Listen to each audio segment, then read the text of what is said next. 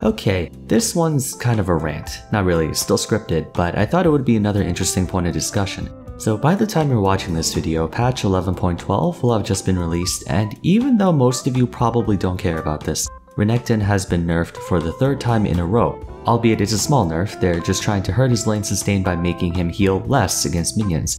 A lot of top laners argue he's really obnoxious to go up against because he outtrades a lot of melee champions and has a really strong all-in combo. But if you take a look at his statistics in the top lane, he's not really that great. He actually kinda sucks because he almost never sees above a 50% win rate, not even 49% win rate. So what's the justification for his nerfs? 2 words: pro play. Currently, Renekton has a very infamous reputation in the competitive scene for being one of the strongest counter picks in top lane and one of the strongest team fighters in the mid game due to his raid boss qualities. In solo queue, he's below average. He suffers from a lot of the same weaknesses most fighters do, and he falls off late game. This isn't the first time Riot nerfed a significantly weak champion in solo queue specifically because of pro play, and it won't be the last. Ryze, Kalista, Azir, there's a ton of champions that are absolutely horrible when it comes to win rate and pick rate but are still under heavy scrutiny. This has sparked a massive debate about whether the balanced team needs to stop putting so much focus on pro play if it compromises that champion's viability in solo queue. Actually, in some cases it seems almost as if Riot is prioritizing pro play more and more with each passing year. They still make adjustments here and there on the basis of solo queue, such as nerfing Darius a couple times, but considering the distribution of players between both sectors, it's kind of odd that it's so lopsided. So, for today, let's make a video talking about which choice Riot should take. Should they follow solo queue's performance or pro play? I'm gonna weigh the pros and cons of each, even though I already have an answer for myself. But remember, from Riot's perspective, ultimately in the end it doesn't matter what we the players want since it's their game, it's their business. Obviously though, they should take their own clientele's thoughts into consideration as we're the ones allowing them to sustain the whole operation. I think it's probably good to start with why it's beneficial for them to prioritize pro play since that's the situation going on right now. Riot choosing to balance games around the competitive scene equates to the same justification other companies use to release content that applies mostly to the endgame players. They're the most important asset, if you want to call it that, because they spend the most amount of time and likely money on the game. It's sort of like how in gacha games, the company might show bias or preferential treatment towards the pay-to-win players of the game, also known as whales, because they're the ones that are actually paying money. Even though professional play makes up only 0.0001% of the entire League of Legends community, it's also the most profitable portion for Riot. Sponsorships, ad revenue, merchandise, viewing fees, franchising, direct payments, etc. All of these bring home the bacon far more than solo queue. In other words, it's in their financial best interest to cater the game towards pro players because the countless organizations with a stake in the LCS, LEC, LPL, LCK, and so on likely contribute to their bottom line far more than the entire solo queue player base, since casual players spend more money on skins than people who actually play ranked. I suppose another argument that can be tagged onto that point is the question of equity. Pro players represent the best of the best in each region. Naturally, it would make more sense to trust the thoughts and opinions of those who have mastered the game, rather than Silver 4 players who think they're reinventing the meta with full crit Nasus top. Although if that really were the case, then it's a little concerning that the average elo of the balanced team is like Plat 3. Okay, before anyone says it, yes, being a good video game player does not automatically make you a good game designer. I know that more than a lot of people. I literally majored in game design for my undergraduate. But in competitive games, where players actively go up against other players, there is merit in having a high elo representative for top, jungle, mid, ADC, and support respectively. But I digress, continuing on with the next point. In solo queue, there's a vast number of champions that are competitively viable by virtue of a lack of obligatory efficiency, as in even in Challenger, there's not that much of a need for min-maxing and pinpoint optimization. The pool is a lot wider for solo queue players, which means in a given day-to-day, most players have the option to choose from an assortment of champions which keep things interesting. But in pro play, oftentimes players have to field the same champions over and over again since they're the best for that role, or so they think. That can make it not only boring for the teams competing, but for the viewers, given that millions of people collectively watch the pro leagues.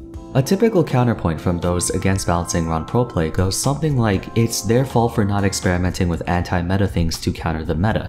Obviously that would be a valid point for debate. In Double's video on the downsides of a constantly evolving game, great video by the way, he brings up how a game like StarCraft, which receives very infrequent balance changes, saw a huge shift in a matchup that greatly favored one side, to the point where it ended up favoring the other side at the end of it. Nothing changed in the game, someone just found a strategy that worked. However, from a business standpoint, something like that carries a titanic amount of risk. It's important to remember that, quite unironically, millions of dollars are being spent on players, staff, coaches, training, infrastructure, etc. So trying to innovate, even though it sounds good in theory, is a lot less desirable when organizations are bankrolling stacks of Benjamins. Essentially, Riot's vision in nerfing pro play by constantly nerfing whatever is dominating the meta is their way of forcing teams to innovate because they may not otherwise, and this can have a trickle-down effect where it forces solo queue players to also keep up with the rapid changing game state. Pro play can demonstrate the full potential of a champion's capability. For example, Akali was widely considered to be an overpowered champion contrary to her stats. She was a regular when it came to the 45 to 47% win rate bracket, which is grounds for a buff. And getting her to 50% in solo queue would be an absolutely horrible idea since her poor win rate is actually due to a lot of people being bad at her, not because she's weak. This way Riot can tell if it's actually worth nerfing or buffing a champion just based through the skill ceiling. Putting it together, the two key points made in favor of balancing around pro play is that 1. Pro players know more about the game than pretty much anyone else, which means their claims and statements are more sound than that of a hard-stuck 50% win rate would 7 player. A champion can have a terrible win rate in low elo but amazing win rate in high elo. 2. The competitive scene draws in the most income for Riot, so financially it makes perfect sense. I know that makes a lot of you roll your eyes because money, money, money, but objectively they're a business. I'd imagine many of us would also worry about our financial statements if we were in their position. Looking at the first half of the equation, some of you might think these arguments sound pretty weak. I realistically couldn't think of anything else other than money and optimization, so from this point onward we'll be talking about why balancing around solo queue is the better option. And I'm in the middle of recording this and it looks like there's a thunderstorm going on, so if you hear terribleness outside, I apologize for that. Anyways, the first reason is that despite its importance, pro play makes up a marginal fraction of the entire League of Legends. In addition, the champion's strategies and scenarios in pro play also make up not even 0.0001% of the game, which means the competitive scene isn't an accurate indication of a champion's strengths and weaknesses because those are mostly in a controlled environment with a very small sample size of games. Going back to the Renekton example, even though he's pretty strong with like an average of 53 to 54% win rate, that's only across like maybe a total of 200 games in a year. That's not quantitative enough to determine if he really is strong because of so many extrinsic factors that comes into effect in an average game. Compare that to the millions of solo queue games played per day and you're looking at a lake versus a raindrop. Mind you, there's far more irregularity in a solo queue game than in pro play, but that lends all the more credence to a champion's performance because if you see someone holding a constant 55% win rate, despite the myriad of clown fiestas and human error, that's when you know a champion is overtuned. By stress testing a bunch of random edge cases and situations to see if it's not just in controlled circumstances, optimal execution of team compositions or champions can make any champion look strong, hence the term optimal. When Gwen was released, she had like a 30% win rate, which led everyone to think she was bad. Riot gave her a tiny buff hotfix, but overall that didn't make a difference in her strength. However, over the weeks, she's gradually been winning more and more games to the point where she's at a solid 51 to 52% win rate top lane in Diamond. The same can echo throughout the various elos. When you see one champion consistently holding an above average win rate across all ranks, it might mean that skillful play isn't the determining factor and the champion is just broken. Balancing champions in solo queue work their way up to pro play anyway, since pro players have to grind solo queue most of the time. Even though pro play might abuse, say, X champion for a period of time, eventually someone will discover Y champion hard counters X, and then someone will find out that Z champion hard counters Y. It makes the most natural sense to target the foundation of League of Legends since by extension it affects everyone else, albeit at a more gradual pace. Going back to Double's video, he mentions how losing all that effort you put into a champ grinding away on it can be extremely frustrating, especially since it takes hundreds of hours to master even one out of the 150 some odd making up the game's roster. Currently, the two driving reasons behind League of Legends' declining goodwill is rampant toxicity and poor game balance. When a champion with a substantial following gets nerfed, such as Ryze or Renekton, that's a lot of players whose experience has now been soured. One of their mains has practically become unplayable. It's a case of the collective versus the few. You nerfed a champion in pro play, which may satisfy the 50 some odd top laners in not having to deal with it, but it could also have invalidated all the time and effort hundreds of thousands of players spent on that champion. Obviously, there are exceptions to every rule. Some champions are naturally just not played in solo queue to begin with, such as Kalista, who's almost exclusively played in the championship leagues because it takes a lot more team coordination and composition synergy to make her work.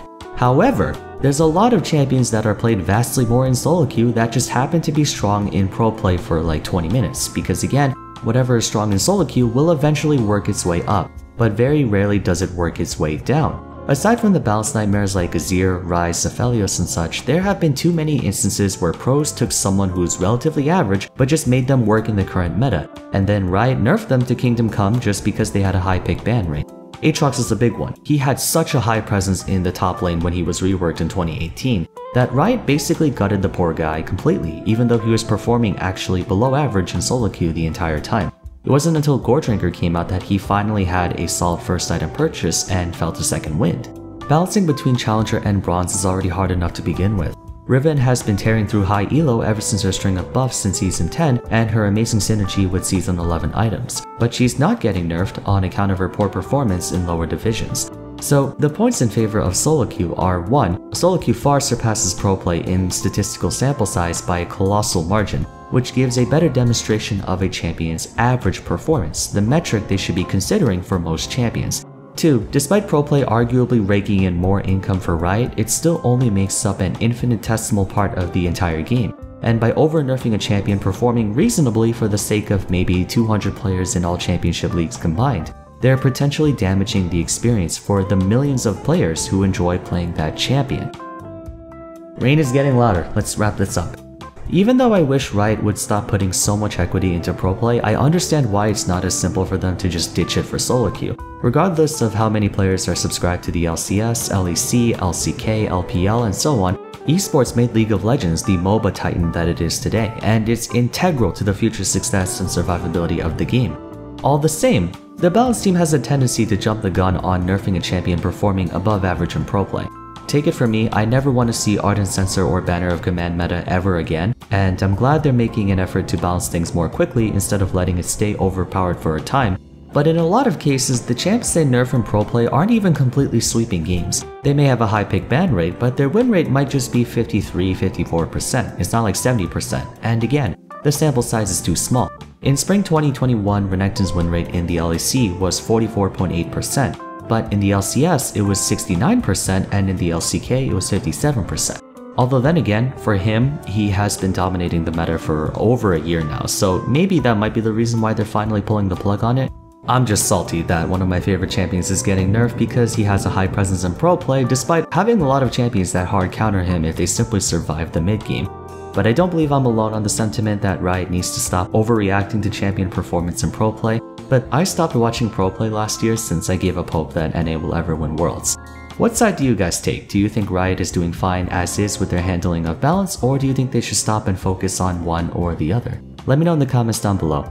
If you enjoyed the video, a rating would be much appreciated, and don't forget to sub to the channel for more content like this. Consider following me on my socials and join my Discord server if you like. Also, if you have some extra time, why not take a look at my other videos? Thanks for watching. Sorry again if you hear thunder or rain in the background, but I hope to see you again soon. Take care. Thank you, rain. Take care.